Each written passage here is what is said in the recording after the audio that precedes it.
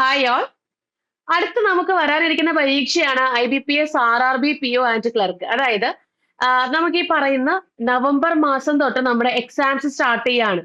POയുടെ exams നവംബറിലും അതുപോലെ നമ്മുടെ ഡിസംബറിൽ ക്ലർക്കിന്റെ എക്സാമും ആണ് സ്റ്റാർട്ട് ചെയ്യുന്നത്. അപ്പോൾ ഇനി നമുക്ക് വളരെ കുറച്ച് മാസങ്ങളാണ് ഉള്ളത്. നമുക്ക് നോട്ടിഫിക്കേഷൻ വരാനായിരുന്നാലും എക്സാം നടക്കാനായിരുന്നാലും നമുക്ക് വളരെ കുറച്ച് എന്ന് പറയുമ്പോൾ ഏകദേശം ഒരു 2 മന്ത്സോളം ആണ് നമുക്ക് അവിടെ എന്താണ് പ്രിപ്പറേഷനും കാര്യങ്ങളൊക്കെ നടത്താൻ സമയമുള്ളത്.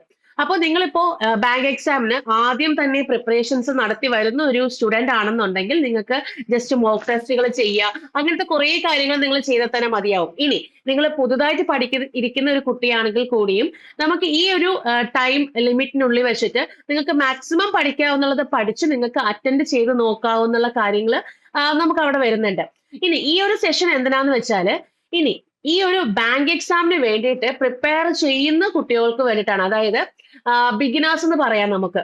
ഓക്കെ, അപ്പോ ഇപ്പൊ ഗ്രാജുവേഷൻ ഒക്കെ ഇരിക്കുന്ന കുട്ടികൾ ഫ്യൂച്ചറിൽ എന്താണ് ഞാൻ ഓപ്റ്റ് ചെയ്യേണ്ടത്, ഞാൻ ഏത് ജോലിക്കാണ് പോവേണ്ടത്, സെൻട്രൽ ഗവൺമെന്റ് തന്നെ നമുക്ക് ഏത് ജോലിയാണ് ബെറ്റർ ആയിട്ടുള്ളത്, അല്ലെങ്കിൽ ഒരു ബിടെക് ഹോൾഡറിന് അല്ലെങ്കിൽ ഒരു കൊമേഴ്സ് ബാക്ക്ഗ്രൗണ്ട് ഉള്ള ഏതൊരു ഡിഗ്രി ഹോൾഡറിനായിരുന്നാലും ഏത് ഫീൽഡ് ചൂസ് ചെയ്യണം എന്ന് ചിന്തിച്ച് കൺഫ്യൂഷനൊക്കെ ആയിരിക്കുന്ന കുട്ടികൾക്ക് ഈ ഒരു അതായത് നമ്മുടെ ബാങ്ക് എക്സാം ഫീൽഡ് എന്ന് പറയുന്നത് വളരെ എന്താണ് നിങ്ങൾക്ക് ട്രൈ ചെയ്ത് അതുപോലെ തന്നെ നിങ്ങൾക്ക് കയറാവുന്ന നല്ലൊരു റെപ്യൂട്ട് പോസ്റ്റിലേക്ക് കയറാവുന്നുള്ള റിക്രൂട്ട്മെന്റ് കാര്യങ്ങളൊക്കെയാണ് നടക്കുന്നത്. ഓക്കെ, ഒരു ബാങ്ക് എക്സാമിന്റെ എറ സ്റ്റാർട്ട് ചെയ്യുന്നത് ജൂൺ മാസം തൊട്ടാണ്. ഒരു ഇയറിലെ ജൂൺ മാസം തൊട്ടാണ് സ്റ്റാർട്ട് ചെയ്യുന്നത്. അപ്പൊ ജൂൺ തൊട്ട് ഡിസംബർ വരെ നമുക്ക് കണ്ടിന്യൂസ് ആയിട്ട് നമ്മുടെ ബാങ്ക് എക്സാംസ് വരുന്നുണ്ട്. അപ്പൊ ഏകദേശം നമുക്ക് നോക്കുവാണെങ്കിൽ തന്നെ നല്ല രീതിയിലുള്ള വേക്കൻസിയും കാര്യങ്ങളൊക്കെ റിപ്പോർട്ട് ചെയ്തിട്ടാണ് നമുക്ക് വരുന്നത്. അപ്പോൾ നിങ്ങളുടെ ചോയ്സ് അടുത്ത് നിങ്ങൾ ബാങ്ക് എക്സാംസ് ഒന്ന് നിങ്ങൾ ട്രൈ ചെയ്ത് നോക്കുക. ഓക്കെ, അതിന് വേണ്ടിയിട്ട് നമുക്ക് ഇപ്പോ ഈ ഒരു ടൈം എന്ന് പറയുന്നത് വളരെ ഒരു റൈറ്റ് ടൈമാണ്. ഈ ഒരു ഡിസിഷൻ എടുക്കാനുള്ള വളരെ റൈറ്റ് ടൈമാണ്. ഈ ടൈം നിങ്ങൾ സ്റ്റാർട്ട് ചെയ്യുകയാണെങ്കിൽ കറക്റ്റ് നെക്സ്റ്റ് ഇയർ നമ്മൾ ജൂൺ മാസത്തിലെ നോട്ടിഫിക്കേഷൻ വരുന്ന സമയത്ത് കംപ്ലീറ്റ്ലി സെറ്റായി നമ്മൾ കോൺഫിഡൻസോട് കൂടി തന്നെ ആ വർഷം പ്രിപ്പറേഷനിൽ പോവാനുള്ള എല്ലാ കാര്യങ്ങളായിട്ട് നമ്മൾ സെറ്റ് ആകും. ഓക്കെ, അപ്പൊ നിങ്ങളുടെ പ്രിപ്പറേഷൻസ് സ്റ്റാർട്ട് ചെയ്യുക. വളരെ കുറച്ച് ദൈർഘ്യമുള്ള എക്സാമിനല്ലാതെ നമുക്ക് ലോങ് ടേം ആയിട്ട് വരുന്ന പരീക്ഷയ്ക്ക് വേണ്ടിയിട്ട് നിങ്ങൾ ലോങ് ടേം ആയിട്ട് കറക്റ്റ് ആയിട്ട് പഠിച്ച് എങ്ങനെയാണോ പഠിക്കേണ്ടത് ആ രീതിക്ക് പഠിച്ച് നിങ്ങൾ കറക്റ്റ് ആയിട്ട് ക്രാക്ക് ചെയ്യാനുള്ള എല്ലാ കാര്യങ്ങളായിട്ട് നിങ്ങൾ എത്തുകയാണ് ചെയ്യേണ്ടത്. ഇനി നിങ്ങൾ ഈ IBPS RRB PO അതിന് ക്ലർക്ക് നിങ്ങൾ എഴുതാൻ ആഗ്രഹിക്കുന്നുവെങ്കിൽ നിങ്ങൾ ഈ ഒരു 2 മന്ത്സിൽ അല്ലെങ്കിൽ 2.5 മന്ത്സോളം നമുക്ക് കിട്ടും. ക്ലർക്ക് ആണെങ്കിൽ നമുക്ക് ഡിസംബർ മാസത്തിലേ ഉള്ളൂ. അപ്പോൾ അത്രയും നമുക്ക് ടൈം കിട്ടുന്നുണ്ട്. അപ്പോൾ നിങ്ങൾക്ക് കറക്റ്റ് ആയിട്ട് പഠിച്ച് എന്താണ് ആ ഒരു എക്സാം നിങ്ങൾക്ക് അറ്റൻഡ് ചെയ്ത് നോക്കാം. എങ്ങനെയാണ് ലെവൽ ഓഫ് എക്സാം നടക്കുന്നത്, എന്തൊക്കെ ചോദ്യങ്ങളാണ് വരുന്നത്, എനിക്ക് ടൈം മാനേജ് ചെയ്യാൻ പറ്റുന്നുണ്ടോ, ഏത് രീതിയിൽ ടൈം മാനേജ് ചെയ്യണം, അങ്ങനെയുള്ള കാര്യങ്ങളൊക്കെ ഒരു എക്സാം എഴുതുന്ന സമയത്ത് നമുക്കത് മനസ്സിലാവും. അപ്പൊ നിങ്ങൾക്ക് അത് ട്രൈ ചെയ്ത് നോക്കാം. അതിൽ നിങ്ങൾ ക്രാക്ക് ചെയ്യുവാണെങ്കിൽ വളരെ നല്ല കാര്യമാണ്. അപ്പോൾ നമുക്കിനി അടുത്ത ബാങ്ക് എക്സാംസ് സ്റ്റാർട്ട് ചെയ്യുന്ന ജൂണിലേക്കുള്ള ആ ഒരു എന്താണ് പ്രിപ്പറേഷൻ ആണ് നമ്മൾ ഇപ്പോഴേ സ്റ്റാർട്ട് ചെയ്യേണ്ടതായിട്ടുള്ളത്. അല്ലാതെ ഒരു നോട്ടിഫിക്കേഷൻ വന്നു കഴിഞ്ഞിട്ടോ അല്ലെങ്കിൽ ബാങ്ക് എക്സാം സ്റ്റാർട്ട് ചെയ്യാൻ പോകുന്ന ഒരു 2 മന്ത്സ് മുന്നെയോ 3 മന്ത്സ് മുന്നെയോ നിങ്ങൾ പഠിക്കുന്നതിനെക്കാട്ടിലും വളരെ എഫിഷ്യന്റ് ആയിട്ട് നമുക്ക് ഈ ഒരു ടൈം തൊട്ട് പഠിച്ചു തുടങ്ങുവാണെങ്കിൽ നിങ്ങൾക്ക് അത് ക്രാക്ക് ചെയ്യാനുള്ള എല്ലാ കാര്യങ്ങളും നമുക്ക് ഇതിനകത്തുനിന്ന് അതായത് ക്രാക്ക് ചെയ്യാനുള്ള എല്ലാ വേയും നമുക്ക് കിട്ടും. ഓക്കെ, അപ്പോ എങ്ങനെയാണ് നമ്മുടെ IBPS RRB PO ഇതിപ്പോ RRB PO ക്ലർക്കിന് വേണ്ടി മാത്രമല്ല നമ്മുടെ ബാക്കിയുള്ള എക്സാംസ് ബാക്കിയുള്ള ബാങ്ക് എക്സാംസിനൊക്കെ നമ്മൾ ഈ ഒരു രീതിക്ക് തന്നെ പഠിച്ചു പോയി കഴിഞ്ഞാൽ തന്നെ മതിയാവും. കാരണം ബാങ്ക് എക്സാംസ് എല്ലാം ഒരേ സിലബസ് ആണ്, ഒരേ പാറ്റേൺ ആണ്. നമ്പർ ഓഫ് ക്വസ്റ്റ്യൻസിലും ആ ഒരു മാർക്കിലൊക്കെ മാത്രമേ വ്യത്യാസം വരുന്നുള്ളൂ. ബാക്കി പഠിക്കുന്ന ടോപ്പിക്കും സിലബസും കാര്യങ്ങളൊക്കെ സെയിം തന്നെയാണ് വരുന്നത്. ഓക്കെ, അപ്പൊ നമുക്ക് ഈ വർഷത്തെ എക്സാം വരുന്നത് നമ്മുടെ ഓഫീസ് സ്കെയിൽ എക്സാം വരുന്നത് നവംബർ മാസം 22ഉം 23ഉം ആണ്. അതുപോലെ ഓഫീസ് അസിസ്റ്റന്റ് എന്ന് പറഞ്ഞാൽ ക്ലർക്കാണ്. ക്ലർക്ക് വരുന്നത് ഡിസംബർ മാസത്തിൽ 6, 7, 13, 14 എന്നീ ദിവസങ്ങളിലാണ്. അപ്പോൾ ഒരു വർഷത്തിന്റെ അവസാനമായിരിക്കും അടുത്ത വർഷത്തെ കലണ്ടർ ഔട്ടാക്കുന്നത്. അപ്പോൾ നിങ്ങൾക്ക് അടുത്ത വർഷത്തെ കലണ്ടർ ഡിസംബർ ജാനുവരി മാസങ്ങളിൽ പ്രതീക്ഷിക്കാം. അപ്പൊ ആ സമയത്ത് നമുക്ക് ഏത് ടൈമിലാണ് എക്സാം നടക്കുന്നത് എന്നുള്ള കാര്യങ്ങളൊക്കെ നമുക്ക് കറക്റ്റ് ആയിട്ട് അറിയാൻ സാധിക്കും. അപ്പോൾ ഈ ഒരു ഇത് ഞാൻ ജസ്റ്റ് നിങ്ങൾക്ക് ആ ഒരു ടൈം എപ്പോഴാണ് നമ്മുടെ RRB PO ക്ലർക്ക് നടക്കുന്ന ടൈം എപ്പോഴാണെന്ന് കാണിക്കാൻ വേണ്ടിയിട്ടാണ് നമ്മുടെ കലണ്ടർ ജസ്റ്റ് ഇവിടെ ഒന്ന് കാണിച്ചിട്ടുള്ളത്. അപ്പോ നിങ്ങൾക്ക് പഠിക്കാൻ ടൈം ഉണ്ട് ഇല്ല എന്നല്ല, പഠിക്കാൻ എഫിഷ്യന്റ് ആയിട്ട് പഠിക്കാൻ ഇരിക്കുന്ന ഒരു കുട്ടിയാണെന്നുണ്ടെങ്കിൽ കുറച്ച് ടൈം, അതായത് നമുക്കിപ്പോ 2 months കൊണ്ടോ 3 months കൊണ്ടോ ഒക്കെ ക്രാക്ക് ചെയ്ത് പോകുന്ന കുട്ടികളുണ്ട്. അപ്പം നമുക്ക് മിനിമം ഒരു 3 months മതി നമുക്കൊരു എക്സാം ക്രാക്ക് ചെയ്ത് പോകാൻ വേണ്ടിയിട്ട്. അപ്പം അങ്ങനെ നിങ്ങൾ അത്രയും എഫിഷ്യന്റോട് കൂടി അല്ലെങ്കിൽ അത്രയും ഹാർഡ് വർക്കോട് കൂടി ഇരിക്കുന്ന കുട്ടിയാണെന്നുണ്ടെങ്കിൽ, നമുക്ക് പഠിക്കാൻ തയ്യാറായിട്ടിരിക്കുന്ന ഒരു കുട്ടിയാണെന്നുണ്ടെങ്കിൽ നിങ്ങൾക്ക് ഈ ഒരു എക്സാം, ഇനി വരുന്ന എക്സാം തന്നെ ക്രാക്ക് ചെയ്യാവുന്നതേ ഉള്ളൂ. അല്ലെങ്കിൽ ഇപ്പൊ ഈ ഒരു വരുന്ന എക്സാം നിങ്ങൾക്ക് കിട്ടിയില്ല, വിഷമിക്കേണ്ട കാര്യമില്ല. അടുത്ത് നമുക്കൊരു വലിയൊരു ഇടവേള കഴിഞ്ഞിട്ട് അടുത്ത് വരുമ്പോഴത്തേക്ക് നമുക്ക് അത്രയും പ്രിപ്പറേഷൻ ഉള്ള സമയം കിട്ടുന്നുണ്ട്. ഓക്കെ, അതൊരു നല്ല പോസിറ്റീവ് കാര്യമായിട്ട് നിങ്ങൾ ചിന്തിക്കുക. ഓക്കെ, എല്ലാ വർഷം നടക്കുന്ന പരീക്ഷ ആയതുകൊണ്ട് അതിലൊന്നും നമുക്കവിടെ എന്താണ് എക്സാം വിളിക്കോ ഇല്ലയോ എന്നുള്ളതൊന്നും നമുക്കവിടെ ബോധോടാവേണ്ട കാര്യങ്ങളൊന്നും ഇല്ല. ഓക്കെ, അപ്പോ ഇതില് നമ്മൾ എങ്ങനെയാണ് ക്രാക്ക് ചെയ്യേണ്ടത്, ഹൗ ടു ക്രാക്ക് ആണ്. ആദ്യം നമുക്ക് അറിയേണ്ടത് എക്സാം പാറ്റേണും സിലബസും ആണ്. അത് വളരെ നീറ്റായിട്ട് തന്നെ നമ്മൾ അത് അറിഞ്ഞിരിക്കണം.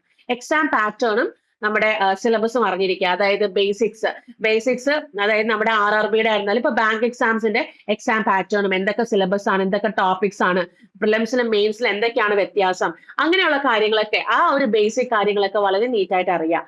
അത് കഴിഞ്ഞ് എക്സാം പാറ്റേൺ അറിയാം. പ്രിലിംസ് മെയിൻസ് എത്ര മാർക്കിനാണ്, ആ ഒരു സ്ട്രക്ചർ അറിയണം.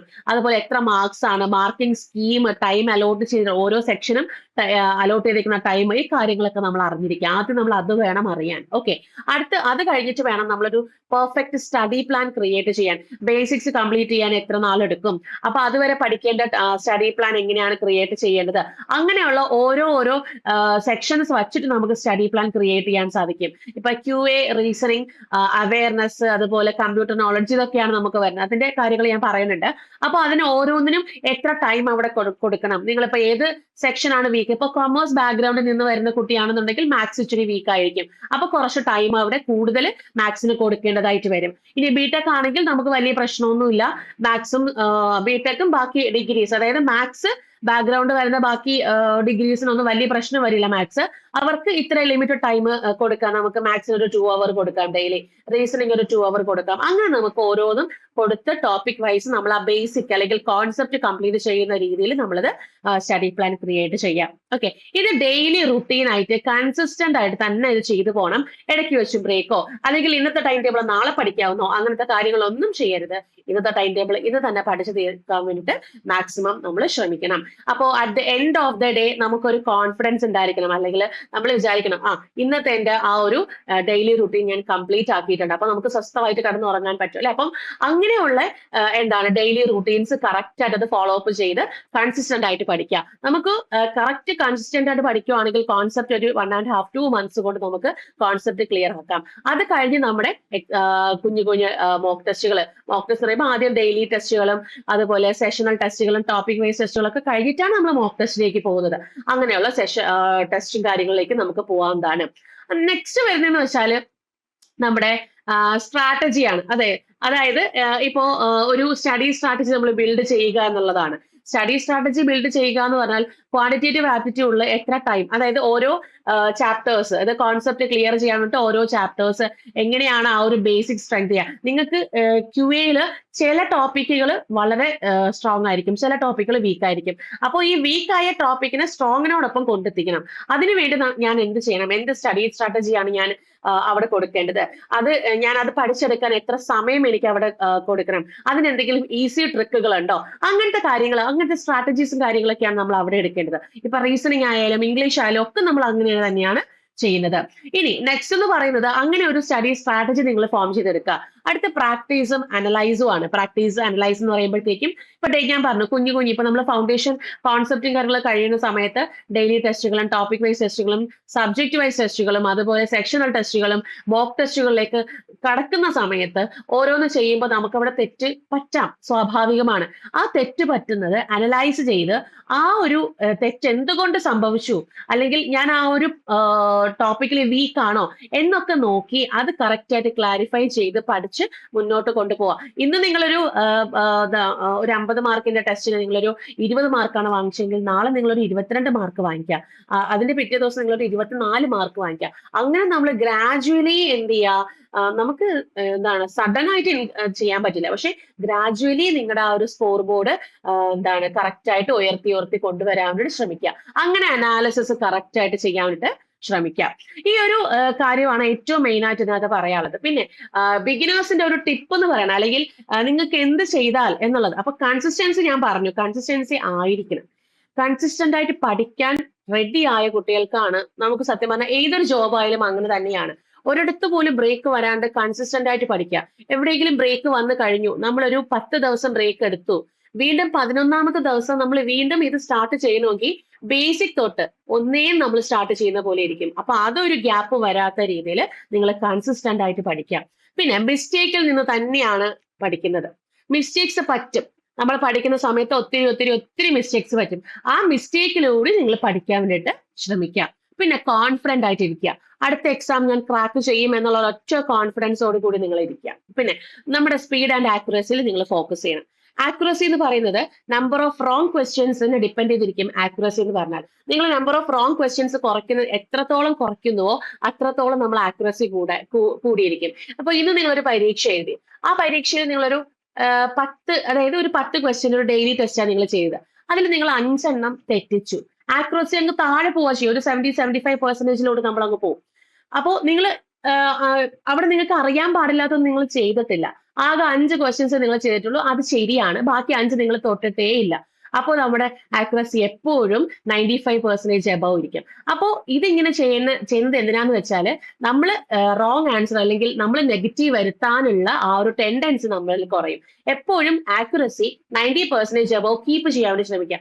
അങ്ങനെ കീപ്പ് ചെയ്യാൻ നമ്മൾ ശ്രമിക്കുന്ന അത്രയും ഇടത്തോളം നമ്മുടെ റോങ് ആൻസേഴ്സ് നമ്മൾ കുത്തുന്നത് അല്ലെങ്കിൽ നമ്മൾ ആ മാർക്ക് ചെയ്യുന്ന റോങ് ആൻസേഴ്സിന്റെ നമ്പേഴ്സ് കുറഞ്ഞുകൊണ്ടേയിരിക്കും. അത് ഇൻവേഴ്സ്ലി പ്രൊപ്പോർഷണൽ ആണ്. അപ്പൊ അത് നിങ്ങൾ കറക്റ്റ് ആയിട്ട് ആക്യുറസി കീപ്പ് ചെയ്ത് പോവുക. കൂടെ സ്പീഡ് നമ്മൾ ഒരു ക്വസ്റ്റ്യൻ ഇത്ര ടൈം നമുക്ക് ഉണ്ട്. പണ്ട് കുട്ടിക്കാലത്ത് നമ്മൾ പഠിച്ച പോലെ കുറെ വഴിക്കണക്ക് എഴുതി നമുക്കിത് ചെയ്യാൻ പറ്റില്ല. നമുക്ക് ഓരോ ക്വസ്റ്റ്യനും ഇത്ര ടൈം സ്പെൻഡ് ചെയ്താൽ മാത്രമേ ഈ ഒരു മണിക്കൂറിന്റെ ടെസ്റ്റ് നമുക്ക് ഈ കംപ്ലീറ്റ് 100 മാർക്കിന്റെ ക്വസ്റ്റ്യൻ നമുക്ക് ചെയ്തെടുക്കാൻ പറ്റത്തുള്ളൂ. അപ്പോ ആ ഒരു സ്പീഡ് നമ്മൾ അക്യൂർ ചെയ്തേ പറ്റുള്ളൂ. അപ്പം ഇത്രയും കാര്യങ്ങളാണ് നമുക്ക് ഈ പറയുന്ന ടിപ്പിലൂടെ ഞാൻ നിങ്ങൾക്ക് പറഞ്ഞത്. ഇതെല്ലാം നിങ്ങൾ പ്രാവർത്തികമാക്കേണ്ട കാര്യങ്ങളാണ്. ഓക്കെ, ഇനി എക്സാം പാറ്റേൺ നോക്കാം. നമ്മുടെ പ്രിലിംസിന് നമ്മുടെ IBPS RRB PO ക്ലർക്കിന്റെ പ്രിലിംസിന് 2 സബ്ജക്റ്റുകളാണ് വരുന്നത്. ഒന്ന് ക്വാണ്ടിറ്റേറ്റീവ് ആപ്റ്റിറ്റ്യൂഡ്, 40 ക്വസ്റ്റ്യൻ 40 മാർക്ക് 20 മിനിറ്റിനും. റീസണിങ് എബിലിറ്റി 40 ക്വസ്റ്റ്യൻ 40 മാർക്ക് 25 മിനിറ്റിനും. അങ്ങനെ ടോട്ടൽ 80 ക്വസ്റ്റ്യൻസ് 45 മിനിറ്റിനാണ് ചോദിക്കുന്നത്. ഓക്കെ, ഇനി മെയിൻസ് വരുന്ന സമയത്ത് ഈ QAയും റീസണിങ്ങും ഉണ്ട്. കൂടാതെ ഇംഗ്ലീഷും ജനറൽ അവയർനെസ്സും കമ്പ്യൂട്ടറും ഉണ്ട്. അപ്പോൾ നമ്മൾ QA റീസണിങ് പഠിച്ചുകൊണ്ടിരിക്കുകയാണല്ലേ, അതിനോടൊപ്പം മോഡറേറ്റ് ലെവൽ ചോദ്യങ്ങളും കൂടെയൊക്കെ ചെയ്ത് പഠിക്കും. അത് മെയിൻസിലേക്കുള്ള പ്രിപ്പറേഷൻ ആയി. പിന്നെ ഇംഗ്ലീഷ് നിങ്ങൾ വായനയാണ്. ന്യൂസ് പേപ്പർ വായിക്കുക, പിന്നെ ഫിക്ഷൻ പോലത്തുള്ള വായിക്കുക. ഒരുപാട് വായിച്ചാലാണ് ആന്റണിംസ്, അതുപോലെ വേർഡ് യൂസേജ് എങ്ങനെ നമുക്ക് കൊണ്ടുവരാം, സിനണിംസ്, അങ്ങനത്തെ കുറെ കാര്യങ്ങൾ നമുക്ക് കിട്ടും. പാരഗ്രാഫ് പെട്ടെന്ന് വായിച്ച് മനസ്സിലാക്കാനുള്ള ഒരു കേപ്പബിലിറ്റി ഒക്കെ നമ്മളെ വായനയിലൂടെ നിങ്ങൾ എടുക്കുക. ന്യൂസ് പേപ്പർ വായിക്കുക, എഡിറ്റോറിയൽ വായിക്കുക, അങ്ങനത്തെ കുറെ കാര്യങ്ങൾ നമുക്ക് ചെയ്യാൻ പറ്റും. അങ്ങനെ നമുക്ക് ഇംഗ്ലീഷ് ഇംപ്രൂവ് ചെയ്ത് കൊണ്ടുവരാം. ഇനി ജനറൽ അവയർനെസ് ആണെങ്കിലോ, നമ്മൾ ഡെയിലി ന്യൂസ് പേപ്പർ ഒക്കെ പിക്ക് ചെയ്യുന്ന സമയത്ത് ഒരു 6 months to 8 months വരെ വരുന്ന ജനറൽ അവയർനെസ് ആണ്. അതിൽ കറണ്ട് അഫെയർ ആണ് ഏറ്റവും കൂടുതൽ നമുക്ക് ചോദിക്കുക. കറണ്ട് അഫെയറും ബാങ്കിങ് അവയർനെസ്സും ഇന്റർനാഷണൽ നാഷണൽ ലെവലിൽ വന്നിട്ടുള്ള കറണ്ട് അഫെയർസ് കാര്യങ്ങളും ഏറ്റവും മെയിൻ ആയിട്ട് വരുന്നത്. പിന്നെ ബാങ്കിങ് അവയർനെസ് എന്ന് പറയുമ്പോൾ RBI സർക്കുലേഴ്സ് വരുന്ന കുറച്ച് ബാങ്കിങ് അവയർനെസ് കാര്യങ്ങളൊക്കെയാണ് നമുക്ക് അവിടെ ചോദിക്കുക. അത് അപ് ടു ഡേറ്റ് ആയിട്ട് നമുക്കത് ചെയ്തു പോവേണ്ടതായിട്ടുണ്ട്. അതുപോലെ computer awareness, basic computer knowledge ആണ് അവിടെ വരുന്നത്. അത് 40 ക്വസ്റ്റ്യൻ 20 മാർക്ക് 15 മിനിറ്റിനാണ് അവിടെ വരിക. അങ്ങനെയാണ് നമുക്ക് മെയിൻസ് അവിടെ പോകുന്നത്. ഇനി ഇത് നമ്മൾ എപ്പോഴും ഒന്ന് വിചാരിക്കുക, നമ്മളിപ്പോ ഒറ്റയ്ക്ക് പഠിക്കാനിരിക്കുന്ന ഒരാൾ, ഇപ്പൊ ഞാൻ ഒരു ബിഗിനറാണ്, ഞാൻ വിചാരിക്കുകയാണ് ഞാൻ ഒറ്റയ്ക്ക് പഠിക്കാം. അങ്ങനെ വിചാരിച്ചിരിക്കുന്ന സമയത്ത് എന്താണ് സംഭവിക്കുന്നതെന്ന് അറിയാം. നമുക്ക് ഒരുപാട് റിസോഴ്സസ് നമ്മൾ നോക്കി പോകേണ്ടി വരും. സിലബസ് നമ്മൾ തന്നെ നോക്കണം, നമ്മൾ തന്നെ സ്റ്റഡി പ്ലാൻ ക്രിയേറ്റ് ചെയ്യണം. അപ്പൊ ഒത്തിരി ടൈം അവിടെ ലാഗ് വരുന്നുണ്ട്. അപ്പൊ ഓരോന്നും വേണ്ടാത്തതും വേണം എന്നുള്ള കാര്യങ്ങൾ ഉണ്ടാവും. അപ്പൊ അത് നമ്മൾ ചൂസ് ചെയ്ത് പഠിക്കുക. അങ്ങനത്തുള്ള കുറേ കാര്യങ്ങളിൽ നമുക്ക് ടൈം ഒരുപാട് സ്പെൻഡ് ചെയ്യേണ്ടതായിട്ട് വരും. അപ്പൊ അത് നിങ്ങൾ ഒഴിവാക്കാൻ വേണ്ടിയിട്ട് ഒരു കോച്ചിങ് എടുക്കുകയോ ഒരു എക്സ്പേർട്ടിന്റെ കീഴിൽ നിങ്ങൾ പരിശീലിക്കുകയോ ചെയ്യുകയാണെങ്കിൽ ഇത്രയും ടൈം നമുക്ക് അവിടെ ലാഭിക്കാൻ പറ്റും. അപ്പോ നമ്മുടെ ഈ പറയുന്ന കോച്ചിങ് എടുക്കുന്ന സമയത്ത് നിങ്ങൾക്ക് വേണ്ട കാര്യങ്ങൾ എന്തൊക്കെയാണോ അതെല്ലാം അവൈലബിൾ ആയിരിക്കും. നിങ്ങൾ ജസ്റ്റ് ഒന്ന് പഠിച്ചാൽ മാത്രം മതിയാവും. അങ്ങനെയുള്ള കാര്യങ്ങളാണ് നമ്മുടെ കോച്ചിങ് കൊണ്ട് ഉദ്ദേശിക്കുന്നത്. ഓക്കെ, അപ്പോൾ നമ്മുടെ അവിടെ ടൈം ലാഭിക്കാൻ പറ്റും. നമുക്ക് ഒരുപാട് ടൈം അവിടെ ഇങ്ങനെ വേസ്റ്റ് ചെയ്യാൻ വേണ്ടിയിട്ടില്ല. അപ്പം ടൈം നമുക്ക് ലാഭിക്കാൻ പറ്റും. ഓക്കെ, ഇനി നമുക്ക് അവിടുത്തെ സിലബസ് നോക്കാം. സിലബസ് നമുക്ക് റീസണിങ് ക്യൂ ആണ് ഞാൻ ഇവിടെ എടുത്തിട്ടുള്ളത്. അപ്പൊ സിലബസ് നമുക്ക് ഇങ്ങനെയാണ് വരുന്നത്. അതായത് പസിൽസ് ആൻഡ് സീറ്റിംഗ് അറേഞ്ച്മെന്റ് വരും. ഇപ്പൊ പസിൽസ് എന്ന് പറയുമ്പോൾ നിങ്ങൾക്ക് ഡൗട്ട് ഉണ്ടാവും, എന്താണ് ഈ പസിൽസ്? അതായത് ഒരു ഫ്ലോറില് അതായത് ഒരു 8 പേര് 8 ഫ്ലോറിൽ ഇരിക്കുകയാണ് എന്നുള്ള രീതിയിൽ. അപ്പൊ ഗ്രൗണ്ട് ഫ്ലോർ 1 ആയിട്ട്, അതിന് തൊട്ട് മേളിൽ 2, അതിന് ഏറ്റവും മേളിൽ അപ് ടു ഏറ്റവും മേളിൽ 8 എന്ന് വരുന്ന രീതിയിൽ കുറച്ച് കാര്യങ്ങൾ ഡേറ്റാസ് ആയും അത് അടുക്കി പറക്കി വയ്ക്കുക. ഡേറ്റ പ്രകാരം നമ്മൾ അതിനെ അറേഞ്ച് ചെയ്യുക. അതാണ് പസിൽസ്. അതിപ്പോ മന്ത് ബേസ്ഡ് പസിൽസ് വരാം, ഡേറ്റ് ബേസ്ഡ് പസിൽസ് വരാം. ഓക്കെ, സീറ്റിംഗ് അറേഞ്ച്മെന്റ് എന്ന് പറഞ്ഞാൽ ഒരു വട്ടമേശിന് ചുറ്റും കുറച്ച് പേര് ഇരിപ്പുണ്ട്, അല്ലെങ്കിൽ ഇപ്പോൾ ഒരു സ്ക്വയർ ടേബിളിന് ചുറ്റും ഇരിക്കുകയാണ്. അവരുടെ അറേഞ്ച്മെന്റ് ആ ഡേറ്റ് തരും, നമ്മൾ അതിനെ അറേഞ്ച് ചെയ്യുക, അതിനൊരു സബ് ക്വസ്റ്റ്യൻസ് കാണും. അങ്ങനെ ചെയ്യുന്നതാണ് പസിൽസ് ആൻഡ് സീറ്റിംഗ് അറേഞ്ച്മെന്റ് കൊണ്ട് ഉദ്ദേശിക്കുന്നത്. ഇത് നമുക്ക് IBPS ക്ലർക്ക് RRB ക്ലർക്ക് വരുന്ന സമയത്ത് കഴിഞ്ഞ പ്രാവശ്യം 2024 വെച്ചിട്ടാണ് ഞാൻ ഈ ഒരു കണക്ക് പറയുന്നത്. പസിൽസ് ആൻഡ് സീറ്റിംഗ് അറേഞ്ച്മെന്റ് ക്ലർക്കിൽ നമുക്ക് ഏകദേശം ഒരു 12 to 15 ക്വസ്റ്റ്യൻസോളം നമുക്ക് ചോദിച്ചിട്ടുണ്ടായിരുന്നു. ഞാൻ ഈ പറഞ്ഞ ടൈപ്പുകളാണ് അവിടെ ചോദിക്കുന്നത്. ഒരു 12 to 15 ആണ് ചോദിച്ചിട്ടുണ്ടായിരുന്നത്.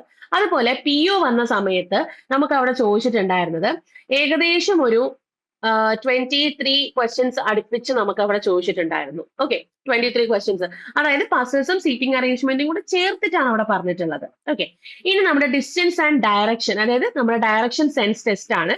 ഡയറക്ഷൻ സെൻസ് എന്ന് പറഞ്ഞാൽ എന്താണ്? ഒരാൾ നോർത്തിലേക്ക് പോവാണ്, അയാൾ അവിടുത്തെ ലെഫ്റ്റ് തിരിഞ്ഞു, പിന്നെ സൗത്തിലേക്ക് വന്നു. അങ്ങനെ വരുന്ന നമ്മുടെ ഡയറക്ഷൻസ് വെച്ചിട്ടുള്ള ക്വസ്റ്റ്യൻസ് നമ്മുടെ ക്ലർക്കിന് 3 ക്വസ്റ്റ്യൻസ് ആണ്. ഞാൻ ഒരു ആവറേജ് കണക്കാണ് പറയുന്നത് കേട്ടോ.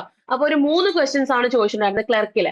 ഇനി പിഒയുടെ കേസ് വരികയാണെങ്കിൽ നമുക്ക് അതിനകത്ത് കഴിഞ്ഞ പ്രാവശ്യം ചില ഷിഫ്റ്റിൽ മാത്രമേ ചോദിച്ചിട്ടുള്ളൂ ഒരു 2 to 3 ക്വസ്റ്റ്യൻസോളം നമുക്ക് ചില ഷിഫ്റ്റുകളിൽ.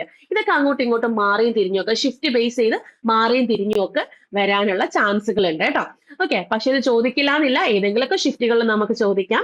ഓക്കെ, നെക്സ്റ്റ് നമുക്ക് ഇനീക്വാളിറ്റി നമുക്ക് അതായത് കുറച്ച് സൈനുകൾ, ഗ്രേറ്റർ, ലെസ്സർ, അങ്ങനെ വരുന്ന കുറച്ച് സൈനുകൾ വെച്ചിട്ടുള്ള കമ്പാരിസൺ ആണ് ഇനീക്വാളിറ്റി കൊണ്ട് ഉദ്ദേശിക്കുന്നത്.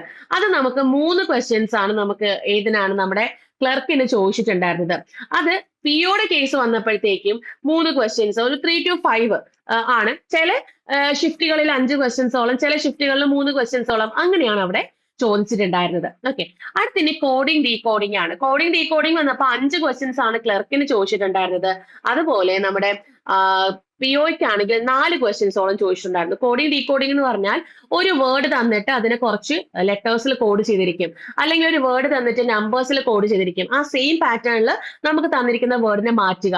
അല്ലെങ്കിൽ ചൈനീസ് കോഡിംഗ് എന്ന് പറയുന്ന ഒരു സംഭവം ഉണ്ട്. അതായത് അത് വേറെ ഒന്നുമില്ല, ഒരു സെന്റൻസിൽ കുറെ വേർഡ്സ് തന്നേക്കും, അതിന്റെ കോഡ് തന്നേക്കും, അത് കണ്ടുപിടിക്കുക എന്നുള്ളതാണ് കോഡിംഗ് ഡീകോഡിംഗ്. അങ്ങനെ നമുക്ക് 5 സബ് ക്വസ്റ്റ്യൻസ് ആണ് തരുന്നത്, 5 ക്വസ്റ്റ്യൻസ്. അപ്പം ഇതെല്ലാം സേഫ് മാർക്കുകളാണ്.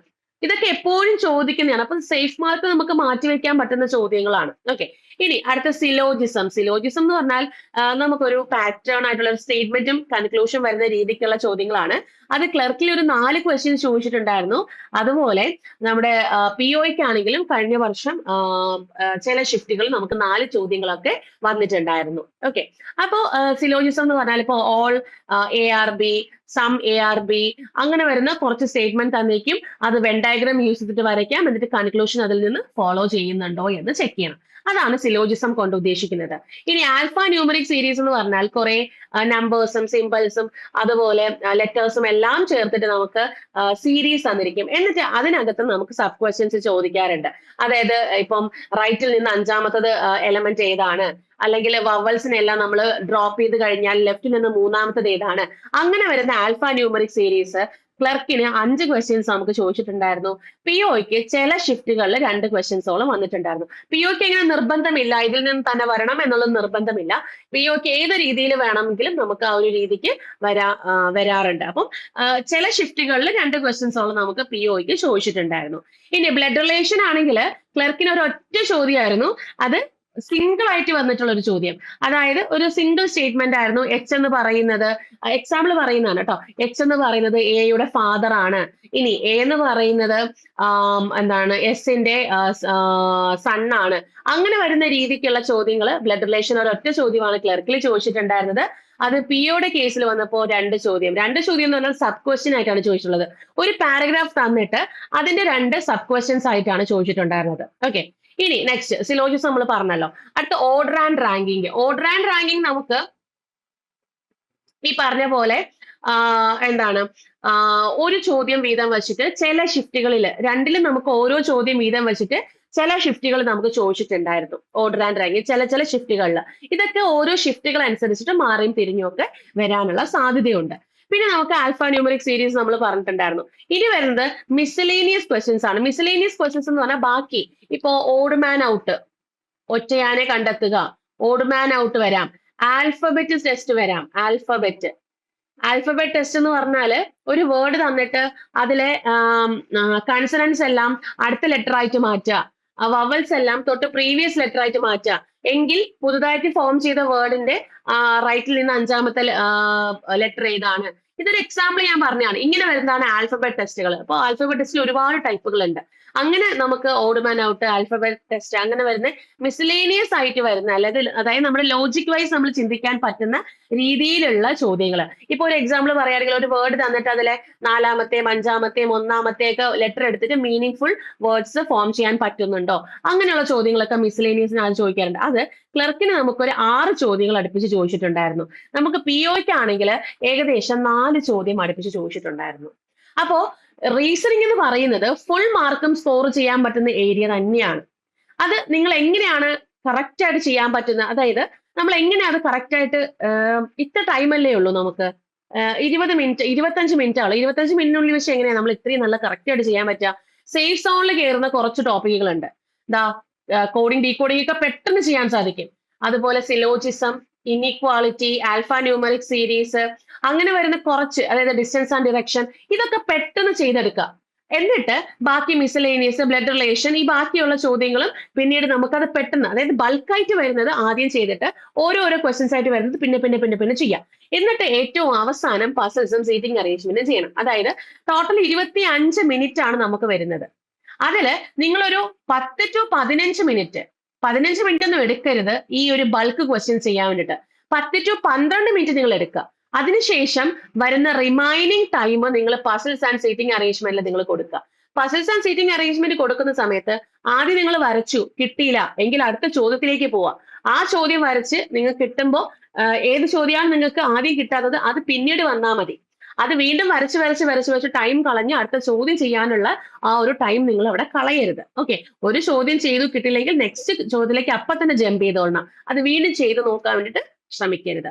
ഇങ്ങനെയാണ് നമ്മുടെ റീസണിങ്ങിന്റെ ആ ഒരു മാർക്ക് ഡിസ്ട്രിബ്യൂഷൻ വരുന്നത്. ഓക്കെ, ക്ലിയർ ആണോ എന്ന് ചെക്ക് ചെയ്യുക. ഇങ്ങനെയാണ് നമുക്ക് ആ 40 മാർക്ക് ഡിവൈഡ് ചെയ്തെടുക്കുന്നത്. അപ്പോൾ ഇത് എപ്പോഴും ഇങ്ങനെ ആവണം എന്നില്ല, അങ്ങോട്ടും ഇങ്ങോട്ടും ഒക്കെ ചേഞ്ച് ആയി വരാൻ സാധ്യതയുണ്ട്. അപ്പൊ puzzles and seating arrangement weightage വരുന്ന ടോപ്പിക് ആയതുകൊണ്ട് ഏറ്റവും നമ്പർ ഓഫ് ക്വസ്റ്റ്യൻസ് നമുക്ക് ഇതിൽ നിന്നായിരിക്കും. അതായത് ഈ puzzles and seating arrangement 12 to 15 questions ചോദിക്കുന്നു എന്ന് പറഞ്ഞാല് ഒരു 3 ചോദ്യമായിരിക്കും, മെയിൻ ആയിട്ട് 3 ചോദ്യമായിരിക്കും. ആ 3 ചോദ്യത്തില് ചിലപ്പോൾ 5 സബ് ക്വസ്റ്റ്യൻസ് ആയിട്ടായിരിക്കും ഇത് വരുന്നത്. ഞാൻ പറഞ്ഞില്ലേ, ഇപ്പോ ഒരു 8 പേര് 8 നിലയുള്ള ഒരു ഫ്ലോർ ഒരു ബിൽഡിങ്ങിൽ താമസിക്കുകയാണെങ്കിൽ എ എന്ന് പറയുന്ന ആൾ ഓഡ് നമ്പേർഡ് ഫ്ലോറിലാണ് താമസിക്കുന്നത്, നമുക്ക് പ്ലേസ് ചെയ്യാം. അങ്ങനെ കുറച്ച് ഡേറ്റാസ് തന്നിട്ട് ഒരു വലിയ പാരഗ്രാഫ് തന്നിട്ട് അത് ഡേറ്റ ഫില്ല് ചെയ്ത് ഒരു ഫിഗർ ഫോം ചെയ്ത് അതിൽ നിന്ന് എഴുതാവുന്നുള്ള സബ് ക്വസ്റ്റ്യൻസ് ആണ് വരുന്നത്. ഓക്കെ, ഇങ്ങനെയാണ് റീസണിങ്ങിന്റെ പസിൽസും സീറ്റിംഗ് അറേഞ്ച്മെന്റും നമുക്ക് എന്താണ് ചെയ്യാൻ പറ്റുക. ഇനി പസിൽസും സീറ്റിംഗ് അറേഞ്ച്മെന്റ് നിങ്ങൾ റീസണിങ്ങിൽ ചെയ്തില്ല എന്ന് പറഞ്ഞാൽ അവിടെ വെയിറ്റേജ് കുറയുകയും നമ്മൾ എക്സാമിന് പാസ്സാവാനുള്ള ആ ചാൻസ് അവിടെ നഷ്ടപ്പെടുകയാണ് ചെയ്തത്. അപ്പം നിങ്ങൾക്കൊരു 3 പസിൽ ആൻഡ് സീറ്റിംഗ് അറേഞ്ച്മെന്റ് കൂടെ ചേർത്തിട്ട് ഒരു 3 ക്വസ്റ്റ്യൻ ഉണ്ടെങ്കിൽ അതിൽ 2 എണ്ണമെങ്കിലും നിങ്ങൾ ചെയ്യാൻ വേണ്ടിയിട്ട് ശ്രമിക്കണം. 3 ചെയ്താൽ അത്രയും നല്ലത്, കാരണം വെയിറ്റേജ് കയറി വരുന്ന ടോപ്പിക്കാണ്. ഓക്കെ, ഇനി അടുത്ത ക്യൂയുടെ ടോപ്പിക് നോക്കാം. അതിൽ സിംപ്ലിഫിക്കേഷനും അപ്രോക്സിമേഷനും ഏറ്റവും ഇമ്പോർട്ടന്റ് ആണ്. അത് കഴിഞ്ഞ പ്രാവശ്യത്തെ ക്ലർക്കിന് 15 ചോദ്യം ചോദിച്ചിട്ടുണ്ടായിരുന്നു. ക്ലർക്കിന് സിംപ്ലിഫിക്കേഷൻ ആണ് ചോദിച്ചത് കേട്ടോ. അതുപോലെ പിഒയ്ക്ക് 5 അപ്രോക്സിമേഷനും ചോദിച്ചിട്ടുണ്ടായിരുന്നു. ഓക്കെ, സിംപ്ലിഫിക്കേഷൻ അറിയാലോ, ലഘൂകരിക്കുക, പ്ലസും മൈനസും റൂട്ടും ക്യൂബ് റൂട്ടും ഒക്കെ വരുന്ന ക്വസ്റ്റ്യൻസ് ആണ് അല്ലെ സിംപ്ലിഫിക്കേഷൻ. 15 ക്വസ്റ്റ്യൻസ് ആണ്. അപ്പൊ 15 ക്വസ്റ്റ്യൻസ് എന്ന് പറയുമ്പം അതിനുവേണ്ടി നമ്മൾ സമയം കളയരുത്. അതെങ്ങനെ നമുക്ക് ചെയ്തെടുക്കാം എന്നുള്ളതാണ് അതിൽ നമുക്ക് മെയിൻ ആയിട്ട് വരുന്നത്. ഓക്കെ, എത്രയും പെട്ടെന്ന് എങ്ങനെ ചെയ്തെടുക്കാം എന്നുള്ളതാണ്. ഇനി നമ്പർ സീരീസ് വരുന്ന കേസിൽ നമുക്ക് 6 ക്വസ്റ്റ്യൻസ് POക്ക് ചോദിച്ചിട്ടുണ്ടായിരുന്നു, 6 ക്വസ്റ്റ്യൻസ്. പക്ഷെ ക്ലർക്കിനാണെങ്കിൽ നമ്പർ സീരീസിൽ നിന്ന് 5 ചോദ്യമായിരുന്നു ചോദിച്ചിട്ടുണ്ടായിരുന്നത്. ഓരോ ഷിഫ്റ്റ് പ്രകാരമാണ് ഞാൻ പറയുന്നത്. ഓക്കെ, ഇനി ക്വാഡ്രാറ്റിക് ഇക്വേഷൻ നമുക്ക് ഇതിൽ രണ്ടിലും ചില ഷിഫ്റ്റുകളിൽ 4 ചോദ്യം, അതായത് ഏതെങ്കിലും ഒരെണ്ണം മാറ്റിയിട്ട് ക്വാഡ്രാറ്റിക് ഇക്വേഷൻ അവര് ഇടും. ഇപ്പൊ ചില ഷിഫ്റ്റുകളിൽ നമ്പർ സീരീസ് 5 ക്വസ്റ്റ്യൻ കാണും. ചില ഷിഫ്റ്റ് വരുമ്പോൾ നമ്പർ സീരീസ് കംപ്ലീറ്റ് 5 ക്വസ്റ്റ്യൻ മാറ്റിയിട്ട് അതിന് പകരം നമ്മൾ ക്വാഡ്രാറ്റിക് ഇക്വേഷൻസ് എന്ന് പറയുന്ന ചാപ്റ്ററോടെ ഇടും. ക്വാഡ്രാറ്റിക് ഇക്വേഷൻ എന്നത് അറിയാം, x² + 4x + 5 = 0.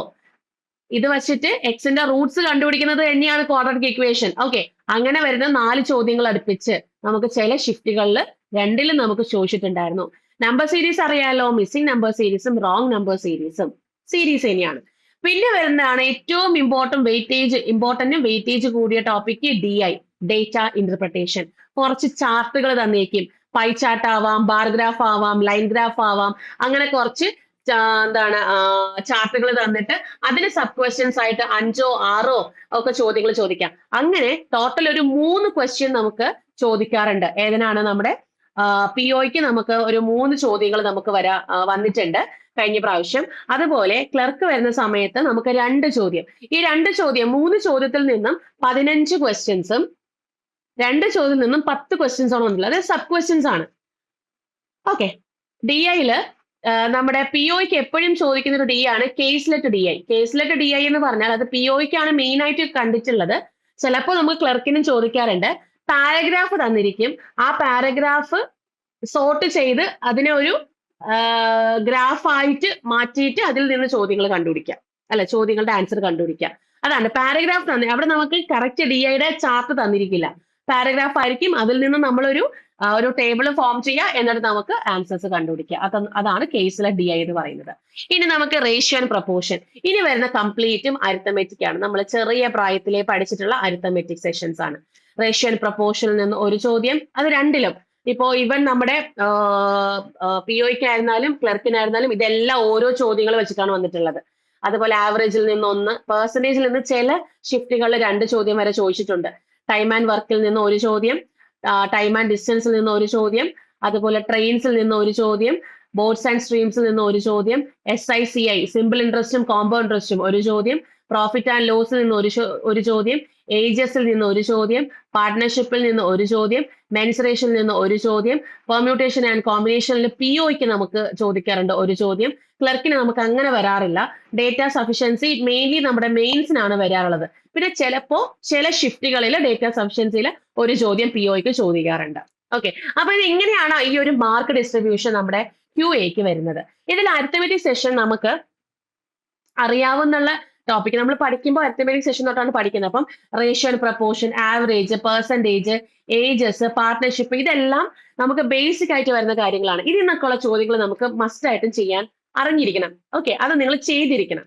പിന്നെ നമ്മൾ time and work, time and distance, trains, boats and streams ആണ്. പിന്നെ ഏറ്റവും പാടായിട്ട് വരുന്നത് ചിലപ്പോൾ നമുക്ക് SICI ഇച്ചിരി പാടായിട്ട് തോന്നാം, പ്രോഫിറ്റ് ആൻഡ് ലോസ് പാടായിട്ട് തോന്നാം. പിന്നെ മെൻസുറേഷനിൽ നമുക്ക് ഫോർമുലാസ് ഒക്കെ പഠിച്ചിരുന്നാൽ അത് എളുപ്പമായിട്ട് നമുക്ക് ചെയ്യാൻ പറ്റും. പെർമ്യൂട്ടേഷനും കോമ്പിനേഷനും നമുക്ക് കോൺസെപ്റ്റ് നന്നായിട്ട് അറിയാമെങ്കിൽ അതും ചെയ്യാൻ സാധിക്കും. ഡേറ്റ സഫിഷ്യൻസി എന്ന് പറഞ്ഞാൽ ഈ എല്ലാ ചാപ്റ്റേഴ്സും പഠിച്ചു കഴിഞ്ഞാലേ ഡേറ്റ സഫിഷ്യൻസി നമുക്ക് ചെയ്യാൻ പറ്റുള്ളൂ. അതിൽ നിന്നൊക്കെ ഉള്ള ചോദ്യങ്ങളാണ് ഡേറ്റ സഫിഷ്യൻസിയിൽ ചോദിക്കുക. ഓക്കെ, അപ്പോ പാടായിട്ടുള്ള ടോപ്പിക് അല്ലെങ്കിൽ നിങ്ങൾക്ക് പാടായിട്ട് വരുന്ന അരിത്തമെറ്റിക് ടോപ്പിക് ഉണ്ടെങ്കിൽ അത് മാറ്റി വെച്ചിട്ട് ബാക്കിയുള്ള ടോപ്പിക് കംപ്ലീറ്റ് ചെയ്ത് സേഫ് ആക്കി വെച്ചിട്ട് മാത്രം നമ്മുടെ പാടായിട്ടുള്ള ടോപ്പിക്കിലേക്ക് പോയാൽ മതി. അപ്പൊ ഇങ്ങനെയാണ് QAയുടെ ഒരു മാർക്ക് ഡിസ്ട്രിബ്യൂഷനും കാര്യങ്ങളൊക്കെ വരുന്നത്. ഇങ്ങനെ 40 ക്വസ്റ്റ്യൻസ് ആണ് ഇവിടെ ചോദിക്കുന്നത്. ഓക്കെ, ഈ രീതിയിലുള്ള പഠനമാണ് നമ്മൾ ആയിരിക്കേണ്ടത്. അപ്പം പഠിക്കുമ്പോൾ ഞാൻ പറഞ്ഞു, ഒരു എക്സ്പേർട്ടിന്റെ കീഴിലാണ് നിങ്ങൾ പഠിക്കുന്നതെങ്കിൽ ഈ പറയുന്ന ഒരു കാര്യങ്ങൾക്ക് നിങ്ങൾക്ക് വേറെ ഒന്നും നോക്കി പോവേണ്ട കാര്യമില്ല. അപ്പൊ നമ്മുടെ എൻട്രിയുടെ കോഴ്സസ് നിങ്ങൾക്ക് ഇപ്പോൾ നമ്മുടെ ബാങ്കിനായിരുന്നാലും SSCക്ക് ആയിരുന്നാലും RRBക്ക് ആയിരുന്നാലും നമ്മളിതാ ഫൗണ്ടേഷൻ ക്ലാസ്സുകൾ സ്റ്റാർട്ട് ചെയ്യാൻ പോവാണ്. അടുത്ത വർഷത്തേക്കുള്ള ആ ഒരു മുന്നൊരുക്കമാണ് നമ്മൾ ചെയ്യാൻ പോകുന്നത്. ഓക്കെ, എൻട്രിയുടെ സൈഡിൽ നിന്ന്. അപ്പോൾ ഇത് നമുക്ക് ഓൺലൈൻ ക്ലാസ്സസ് ആണ് വരുന്നത്. നിങ്ങൾക്ക് കറക്റ്റ് ആയിട്ട് ഒരു സ്റ്റഡി പ്ലാൻ, ഒരു എക്സ്പേർട്ട് സ്റ്റഡി പ്ലാൻ തരികയും അതിനനുസരിച്ചുള്ള ക്ലാസ്സസ്, ഇപ്പോ നിങ്ങൾക്ക് ബേസിക് കംപ്ലീറ്റ് ചെയ്യാൻ ഇത്ര മാസം, അത് കഴിഞ്ഞിട്ട് നിങ്ങളുടെ ഇന്റർമീഡിയറ്റ് ലെവൽ കംപ്ലീറ്റ് ചെയ്യാൻ ഇത്ര മാസം. അപ്പൊ ഞാൻ ആ ഒരു 3 ലെവൽ ലേണിംഗ് സ്ട്രക്ചർ ജസ്റ്റ് നിങ്ങൾക്കൊന്ന് കാണിച്ചു തരാം. അപ്പോൾ 3 ലെവൽ ലെയർ ലേണിംഗ് സ്ട്രക്ചർ എന്ന് പറഞ്ഞാൽ ആദ്യം നിങ്ങളെ ബേസിക്സ് ക്ലിയർ ആക്കുകയാണ്. സിലബസ്, സ്റ്റഡി പ്ലാന് ഒക്കെ വെച്ചിട്ട് നമ്മുടെ കോൺസെപ്റ്റുകൾ ക്ലിയർ ചെയ്യുക എന്നുള്ളതാണ്. അതൊരു 4 മന്ത്സിന്റെ ആയിരിക്കും നമ്മൾ കോൺസെപ്റ്റ് ക്ലിയർ ചെയ്യുന്നത്. അത് കഴിഞ്ഞാൽ പിന്നെ വരുന്നത് ഇന്റർമീഡിയറ്റ് ലെവലാണ്. ഇന്റർമീഡിയറ്റ് ലെവൽ എന്ന് പറയുമ്പോഴത്തേക്കും ഈ കോൺസെപ്റ്റ് എല്ലാം നമ്മൾ പഠിച്ചു കഴിഞ്ഞു. പിന്നെ നമ്മൾ ഡെയിലി ടെസ്റ്റുകളിലേക്കും ടോപ്പിക് വൈസും സബ്ജക്ട് വൈസും ഒക്കെ ആ ടെസ്റ്റുകളിലേക്ക് നമ്മൾ കയറി വീക്കർ സെക്ഷൻസ് ഒക്കെ ഉള്ളത് നമ്മൾ അനലൈസ് ചെയ്ത് അതിന് നമുക്ക് എങ്ങനെയാണ് അതിനൊരു സൊല്യൂഷൻ, അപ്പൊ അതിന് വേണ്ടിയിട്ട് സ്പെഷ്യൽ ലൈവ് ക്ലാസ്സുകളും അതുപോലെ തന്നെ മെന്റർഷിപ്പ് സപ്പോർട്ടുകളും ഒക്കെ കൂടെ നമുക്ക് ആ വീക്കർ സെഷൻസ് എല്ലാം നിങ്ങൾക്ക് എന്താണ് കറക്റ്റ് ആയിട്ട് സ്ട്രോങ് ആക്കാൻ വേണ്ടിയിട്ടുള്ള കാര്യങ്ങളാണ് ഇന്റർമീഡിയറ്റ് ലെവലിനകത്ത് നടക്കുന്നത്. അത് കഴിഞ്ഞ് നെക്സ്റ്റ് വരുന്നതാണ് നമ്മുടെ ഏറ്റവും ഇമ്പോർട്ടന്റ് ആയിട്ട് വരുന്ന എക്സ്പേർട്ട് ലെവൽ. എക്സ്പേർട്ട് ലെവൽ എന്ന് പറഞ്ഞാൽ പക്ക നമ്മുടെ മെയിൻസ് ആൻഡ് ഇന്റർവ്യൂ ക്ലാസ്സസ് ആണ് അതിനകത്ത് വരിക. അതിനകത്ത് മെയിൻസ് നിങ്ങൾ ക്രാക്ക് ചെയ്യാനുള്ള ലൈവ് ക്ലാസ്സും കാര്യങ്ങളും, അതായത് സ്പെഷ്യൽ ടോപ്പിക് വൈസ് ക്ലാസ്സും കാര്യങ്ങളും, mock test practice, mock test analysis, ഇതെല്ലാം AI ട്രാക്കറാണ്. അതായത് നിങ്ങളൊരു മോക്ക് ടെസ്റ്റ് ചെയ്യുമ്പോഴത്തേക്കും അത് AI ട്രാക്ക് ചെയ്ത് ആണ് നിങ്ങൾക്ക് ആ ഒരു നിങ്ങൾ എത്ര പ്രോഗ്രസ് ആണെന്നുള്ള കാര്യങ്ങളൊക്കെ നിങ്ങൾക്ക് അറിയാൻ പറ്റും. അപ്പോൾ AI ട്രാക്കർ യൂസ് ചെയ്തിട്ടാണ് നിങ്ങൾ പ്രോഗ്രസ് കാർഡും കാര്യങ്ങളൊക്കെ വരുന്നത്. അപ്പൊ അങ്ങനെ നമ്മൾ എക്സ്പേർട്ട് ലെവലിലേക്ക് നമ്മുടെ മെയിൻസ് ക്ലിയർ ചെയ്യാൻ വേണ്ടിയിട്ടും അതുപോലെ ഇന്റർവ്യൂ സെലക്ഷന് വേണ്ടിയിട്ടുള്ള കോച്ചിങ്ങും അതിനകത്ത് തരുന്നുണ്ട്. അപ്പം നിങ്ങളിപ്പോ ഫൗണ്ടേഷൻ ലെവൽ ക്ലാസ്സിലേക്ക് നിങ്ങൾ കയറി കഴിഞ്ഞാൽ നിങ്ങൾ പ്രിലിംസ് പാസ്സാവുന്നത് തൊട്ട് മെയിൻസ് കഴിഞ്ഞ് ഇന്റർവ്യൂ കഴിഞ്ഞ് പോസ്റ്റിംഗിലേക്ക് വരെ വരുന്ന എല്ലാ കാര്യങ്ങളും ചേർത്തിട്ടുള്ള കോഴ്സസ് ആണ് ഈ പറയുന്ന 3 ലെയർ ലേണിംഗ് സ്ട്രക്ചറിനകത്ത് വരുന്നത്. ഓക്കെ, അതുപോലെ നമ്മുടെ ക്ലാസ്സസിന്റെ പ്രത്യേകത എന്തൊക്കെയാണെന്ന് ചോദിച്ചു കഴിഞ്ഞാൽ ഇന്ററാക്റ്റീവ് ആയിട്ടുള്ള ലൈവ് ക്ലാസ്സസ്, ഞാൻ പറഞ്ഞു ടോപ്പിക് വൈസ് വരുന്ന സ്പെഷ്യൽ ലൈവ് ക്ലാസ്സുകൾ നിങ്ങൾക്ക് ഉണ്ടായിരിക്കും.